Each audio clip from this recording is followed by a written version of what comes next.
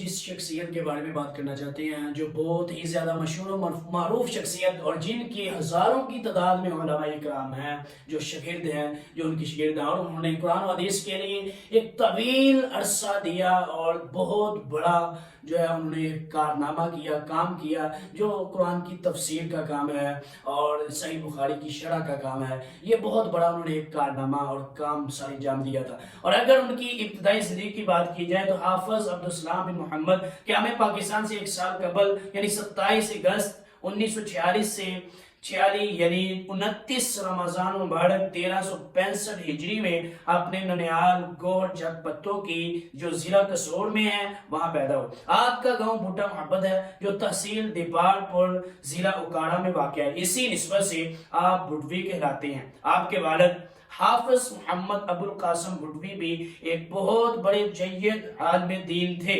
اگر ان کی تعلیم کی بات کی جائے تو حافظ عبدالسلام بن محمد نے میٹرک حفظ القرآن کے بعد دینی تعلیم جامعہ محمدیہ اوکاڑا اور جامعہ سلفیہ فیصل آباد سے مکمل کی۔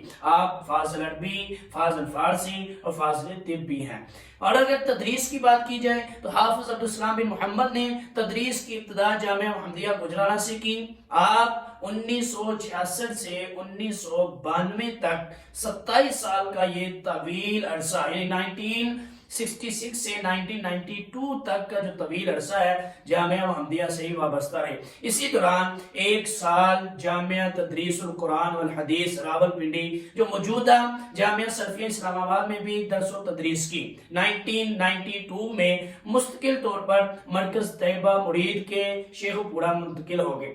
آپ جماعت الدعوہ اور پھر انہوں نے جماعت الدعوت الاسلامیہ کی بنیاد رکھی۔ آپ اسی جامعہ کے بانی و مدیر ہیں۔ آپ یہاں سے فارغ التحصیل ہزاروں طلباء اکرام کے علماء اکرام کے استاد بھی ہیں جن میں بہت زیادہ مشہور و معروف علماء اکرام بھی شامل ہیں۔ اور اگر ان کی خطابت کی بات کی جائے تو حافظ عبدالسلام بن محمد خطبات جمعہ، درس قرآن و حدیث اور فتاوی کے لیے بھی پاکستان میں معروف تھے۔ آپ نے 1966 میں مولانا محمد اسماعیل سلفی رحمہ اللہ کی تاکید پر جامعہ مسجد بلال سیٹیلائٹ ٹاؤن گجرانوالہ میں خطابت کا آغاز کیا۔ بعد شیخ الحدیث مولانا عبداللہ رحمہ اللہ کے حکم پر 1 سال جامعہ تدریس القرآن اور حدیث راولپنڈی میں صحیح بخاری اور دوسری کتب کی تدریس کے ساتھ ساتھ خطبہ جمعہ بھی دیتے رہے۔ گجرانوالہ واپسی کے بعد جامعہ مسجد اہل حدیث وحدت کالونی میں خطبہ جمعہ دیتے رہے۔ کچھ عرصہ بعد پیپلز کالونی کی مرکزی جامعہ مسجد الفتح میں مولانا عبداللہ رحمہ اللہ کی تاکید پر خطبہ جمعہ پڑھانا شروع کیا۔ 1988 سے مستقل طور پر آپ وہیں جمعہ اور عیدین کا خطبہ دیتے آئے ہیں۔ ان 2 موقعوں پر یہاں بہت بڑا اجتماع ہوتا تھا۔ اور اگر ان کی تصنیفات تالیفات کی بات کی جائے تو حافظ عبدالسلام بن محمد تدریس، خطابت اور طب و حکمت کا شغل رکھنے کے ساتھ ساتھ تحریر و تحقیق سے بھی گہرا تعلق رکھتے تھے۔ آپ قرآن مجید کا آسان فہم اردو ترجمہ کرنے کے علاوہ تفسیر القرآن کریم کے نام سے 4 جلدوں پر مشتمل قرآن مجید کی تفسیر بھی لکھ چکے ہیں۔ اسی طرح حدیث کی معروف کتاب الجامع صحیح البخاری کی شرح بھی جس کا فتح السلام کے نام سے ایک شرح بھی لکھ چکے ہیں جن کی 3 جلدیں منظر عام پر آ چکی ہیں، جس سے علماء اکرام اور طلباء اکرام فائدہ بھی اٹھا رہے ہیں اور اس علماء اکرام اور طلباء سے داد تحسین وصول کر چکے ہیں۔ اس کے علاوہ آپ کے معروف تالیفات میں تراجم میں شرح کتاب الجامع من بلوغ المرام اور شرح کتاب الطہارہ من بلوغ المرام، مقالات طیبہ، احکام زکوٰۃ و عشر، ترجمہ اسلامی عقیدہ، ترجمہ حسن المسلم، ہم جہاد کیوں کر رہے ہیں، مسلمانوں کو کافر قرار دینے کا فتنہ، مسلمانوں میں ہندوانہ رسم و رواج، حلال و حرام کاروبار شریعت کی روشنی میں اور ایک دین 4 مذاہب جیسی تعلیفات شامل ہیں۔ اگر ان کی قید و حراست کی بات کی جائے تو حافظ عبدالسلام بن محمد جماعت الدعوہ سے تعلق رکھنے کی بنا پر حافظ محمد سعید اور دیگر رفقا کی طرح ایک ضعیف العمر شخص تھے اور عدالت کے باوجود 4 سال سے قید کا سامنا کر رہے تھے۔ آپ کو اکتوبر 2019 میں حراست میں لے لیا گیا۔ آپ پر دہشت گردی کی مالی معاونت کا الزام ہے۔ لاہور کی انسداد دہشت گردی عدالت نے اسی نوعیت کے ایک مقدمے میں آپ کو جون 2020 میں 1 سال قید اور 20,000 جرمانے کی سزا سنائی تھی۔ تاہم 2 ماہ بعد اگست 2020 میں لاہور ہائی کورٹ نے آپ کی سزا معطل کر کے آپ کو ضمانتی مچلقوں کے عوض رہا کرنے کا حکم جاری کیا تھا، لیکن 2 ہفتوں بعد ہی انسداد دہشت گردی کی خصوصی عدالت نے دہشت گردی کی مالی معاونت کے ایک اور الزام میں آپ کو مجموعی طور پر 16.5 سال قید اور 1.5 لاکھ روپے جرمانے کی سزا سنائی۔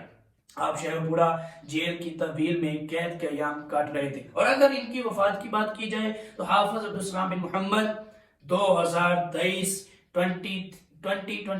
میں 29 مئی بروز پیر کو دوران اسیر دل کی تکلیف کے باعث 77 سال کی عمر میں انتقال کر گئی۔ آپ کے ورثہ میں 4 بیٹے، 1 بیٹی اور 2 بیویاں شامل ہیں۔ اور اگر ان کے جنازے کی بات کی جائے تو میں نے ان کا جنازہ آج پڑھا تھا۔ ان کے جنازے میں ہزاروں کا مجمع تھا، ایک بہت بڑا مجمع تھا، اور میں حیران اور پریشان تھا کہ اللہ تعالیٰ نے کیا اتنے لوگ بھی پیدا کیے ہیں، کیا اتنے لوگ بھی جنازے کے اندر آتے ہیں کہ اتنا بڑا بہت بڑا مجمع تھا اور کثیر تعداد میں علماء کرام تھے۔ اور کتنا خوش قسمت وہ شخص ہے کہ جس کے جنازے میں علماء کرام کی طویل کثیر تعداد ہے علماء کرام کی، اور وہ علماء کرام جو شیخ الحدیث ہیں، مدرس ہیں، تدریس کا کام جاری کر رہے ہیں، خطیب ہیں، ایسے علماء کرام، پھر عام پبلک، بہت بڑا ایک مجمع تھا جس کو ہمیں دیکھ کر ایک پھر سناٹا، پھر لوگوں کا غمگین ہونا، علماء کرام پریشان اور غم کے اندر مبتلا تھے، ہر شخص کے آنکھوں میں آنسو تھے، ہر شخص رو رہا تھا ان کے جنازے کے اوپر۔ ایک بہت بڑی علمی شخصیت اور تمام کے تمام علماء کرام کو علم کے اندر یتیم کر جانے والی شخصیت کہ آج سارے کے سارے علماء کرام علم میں یتیم ہو گئے، ایک بہت بڑی شخصیت اس کائنات سے وہ اللہ تعالیٰ سے جا ملی، اس کائنات سے چلی گئی۔ ہمیں چاہیے ہم بھی آخرت کی تیاری کریں اور ایسے علماء کرام کے لیے مغفرت کی دعا کرتے رہیں، اور سب جتنے بھی ان کے شاگرد ہیں، جتنے بھی جہاں جہاں بھی ہیں، سب کا ان کے لیے Abubakar Sethi. بھی ہے۔ اور خاص طور پہ یہ جو میرے ہاتھ میں ہے، یہ تفسیر جو ہے انہوں نے قرآن مجید کی تفسیر جس کی 4 چیزیں ہیں یہ لکھی، اور پھر یہ فتح السلام ہے، یہ صحیح بخاری کی جو انہوں نے شرح لکھی، یہ بہت بڑا کارنامہ ہے۔